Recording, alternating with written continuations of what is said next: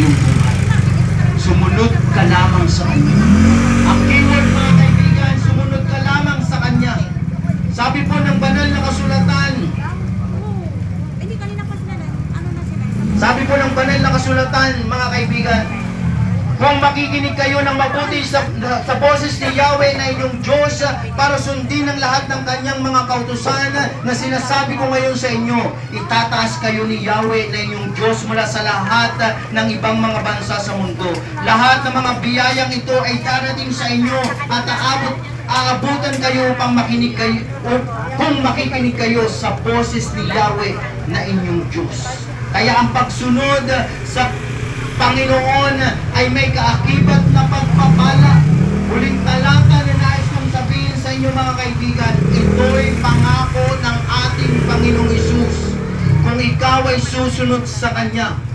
Sabi po ng Matthew chapter 6 verse 33, sapagkat hanapin muna ninyo ang Kanyang kaharian at ang Kanyang katwiran, at ang lahat ng ito ay maibibigay sa inyo. Kaibigan, ang ibig sabihin po ng talatang ito, kung hahanapin mo, kung susundin mo ang kalooban ng Diyos, ano man ang gusto mo na ayon sa kalooban ng Diyos, ipagkakaloob mo. Maniwala po tayo sa salita ng Panginoon.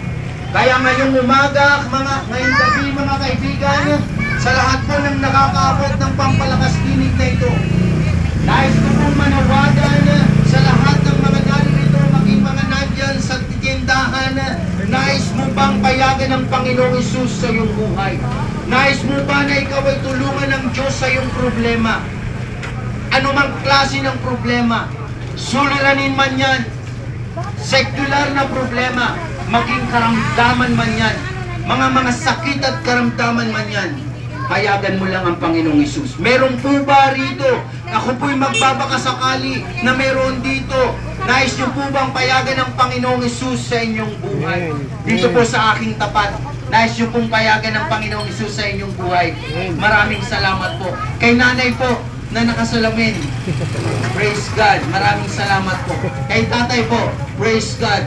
Sa mga naririto, kay tatay po na nandiyan, sa mga naririto, dito sa ating kapatid na nagtitinda ng masarap na fried chicken, nais mo bang payagan ng Panginoon sa iyong buhay?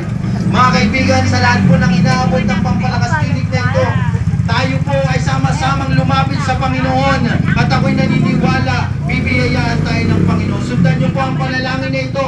Panginoong Hesus, maraming salamat po sa pag-aalay mo ng buhay para sa akin.